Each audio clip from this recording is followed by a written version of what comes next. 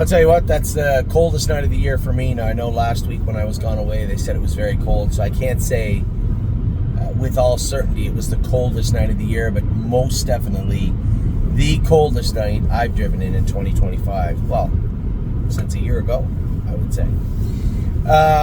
I talked with the Meadows this afternoon. We had a decent day. Looks like money was good. Just photoed out 54-1. And Memory and Imagination, although he made a break leaving, went a hell of a mile to be fifth. Trotted in 55-1. Last half 56-1. Last quarter 28-3. That means his third quarter was 27-3.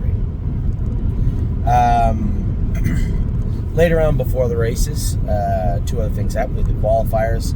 Now, I didn't realize that Chris Lems couldn't go with Century Legion. Luke Ebersol went with him. Now, I had just a quick 2, 3, 4 minute chat with Chris about Century Legion yesterday. You know, gave him the lowdown of what I went through when he made a break on me. I just wanted to sit him in, keep him quiet. Well, I can assure you none of that was portrayed to Luke when was conveyed to Luke when he went to qualify him. You saw him come up to the gate, slam into the gate, kept him trotting coming off the car, but then went to move him going to the quarter pole, and he made a break in the straightaway. So I only realized that the qualifiers were on because I immediately saw people selling their shares of it pops up when a horse is sold or a horse is offered up. It pops up on my phone, and I saw that people were selling Century Legion. Listen, if Century Legion wants to be aggressive, that's fine. I can be aggressive too. We can simply put the hobbles back on him and help him do his work in that regard. I know the horse trained down well, and I'm more angry. There's nothing I could do. I couldn't be there for the qualifiers today, and I certainly couldn't ship those horses over to the Meadows when it was minus 15 the day before. So, although I am frustrated and a little upset about it, there's very little I can do. I suspect there's a decent chance, if the weather stays good, that we'll have probably have Century Legion and maybe a couple of schoolers over to the Meadows on Tuesday. That's a possibility. I'm going to think about that, and I would call it my plan A for next Tuesday to qualify Century Legion. The way that I'm a trucker trained today, I'd love to see him on a bigger track. I mean, truthfully, I guess I'll veer off the path for a second. I'm a little torn on a horse like Trucker. It would be hard for me to buy in to the statement that he would be racing at Mohawk in a maiden, but I would like to see him train on a bigger facility. Now, having said that, also, he's staked in Michigan, right? And as my wife pointed out, as Jason pointed out, how's he going to get around the fair tracks of Michigan if he can't get around Northfield? It's not that he can't get around. He's growing, he's maturing, and this is all confidence. Sometimes a bigger track, let them stretch out and then bring them back to the smaller track, and it's not so much a problem. So I would actually like to take him over and school him on Tuesday. The only hurdle I can see at this point is that I'm down to drive Drebin Monday night again at Mohawk. James had 10 days off. He's not back until next Wednesday. So I am down to drive Drebin in race 5. I can still be home by 11. Usually what I've done historically, both when it's cold out and warm out, is go over the night before. I go over Monday night, wake up, take my time, get the horses harnessed, and qualify them. The only way that we'd be able to qualify in school next Tuesday is if I get up early, like 5 a.m., and got to the burn, threw the horses on the trailer, and went over in the morning. Now, I'm not against that. I do think there should be a trip to the Meadows on Tuesday regardless. So Century Legion, I know it's frustrating. Well, I can tell you what he did do. He wanted to act up and be a little aggressive today. That's fine.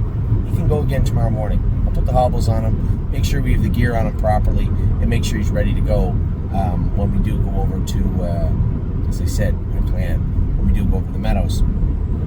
So he's got a little extra work coming his way tomorrow morning. And I don't have to go fast. I just want to make sure he's hung up properly, comfortable. That's all I want to see. So a break from him. Cadeau qualified well. Don't put any stock at all into the qualifying times. They told me the track was as hard as a rock today. I saw what it was like tonight. not a good surface to qualify on for sure. And then you saw a very ordinary looking qualifier from even Leggy last week in 2.5 or 2.6, and then to come out and trot in 2.2 today, her first lifetime start, just goes to show you what I'm talking about. Don't put a whole lot of stock into the times of the qualifiers. I talked to Chris very briefly about Kedo. He thought the horse qualified well. He was happy with him. He said, horses were making breaks down the backstretch, and then these two guys hooked wheels coming out of the last turn. He said, I just moved him out in the middle of the track, and he finished up strong. He said, I thought the horse went well. Agreed. So I was happy there. The only true disappointment of the entire day was Irresistible Sun. Sonny he's not that deep horse. He can't blast from post 8, go 27.56. You think he can because he's handy, he's quick on his feet, but you really got to keep him bottled up. And a couple of missteps. They were only missteps in hindsight. We're moving Sonny obviously out of the Meadows. We could have raced him at the Meadows and taken Memory and Imagination down there. I just thought that we had made the right move in regards to Sonny, and I believe he does belong in Miami Valley and in Ohio if he wants to, or the Meadows. But when it comes to the horses, I think you're going to see a little bit of the rinse and repeat for next week. First off, we couldn't get him scoped, I don't believe, down there tonight. We'll probably scope him in the morning just to see if there's any mucus or if there's any redness around his area that would indicate maybe he had flipped his palate. We'll draw his blood to have a look at that. Obviously, it was a poor effort. Poor enough that you could obviously tell that something had gone on. Did he tie up? Did he bleed? Did he shut his air off? Those are the three main suspects. So we'll check those boxes or otherwise first, and then we'll go from there. I mean, he's raced great his first two starts at the Meadows, then to ship all the way down to Miami Valley, race tonight, leave hard, clear to the front. He was done well before the last turn. That was just when the brakes went on. So what took place? We'll get to the bottom of that also. And then when it comes to tonight, as I said, Leggy raced great tonight. Somebody said, wow, we locked out, of course. Rule number one, keep them trotting. The two favorites were sitting second and third. One made a break and interfered with the other one. But Leggy raced very, very well. And quite frankly, she does get out a little bit. I just saw a seam halfway down the lane. It looked like it was going to have to, just made more sense to go left. And as soon as I got her down to the inside, she took off again and raced well. You see that last quarter, probably about 31 and a piece. You're like, it was windy, it was cold. It was her first lifetime start, and by far the most speed she's ever seen in her life. A real foundation mile for an okay filly. I thought she did everything well tonight, finished up well, and raced well. So certainly no complaints with her. And then Lover's Play, you get what you see, right? Every week she goes out and puts an honest effort in. That was a decent mile again tonight, 59 and 4, 2 minutes, something like that. She raced well. It's really, really cold and windy tonight. So I'm happy it's over now. I'm on my way back home. It's 11:40.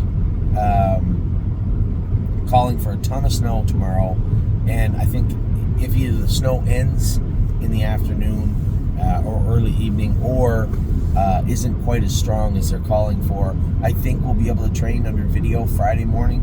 But as it turns out right now, there's at least a better than good chance that the main track will be closed on Friday, which means there'll be no videos for anybody on Friday. I know what you're thinking. I'll check in Saturday.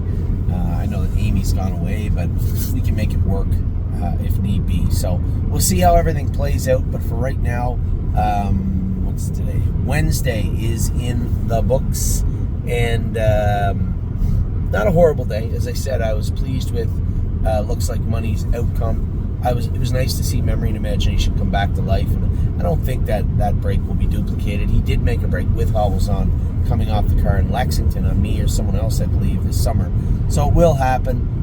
You just have to be cognizant of that, of going behind the gate and be aware of the situation. I could have easily got away 4th, 5th, no problem, instead of trying to hold position, which in hindsight wasn't necessary.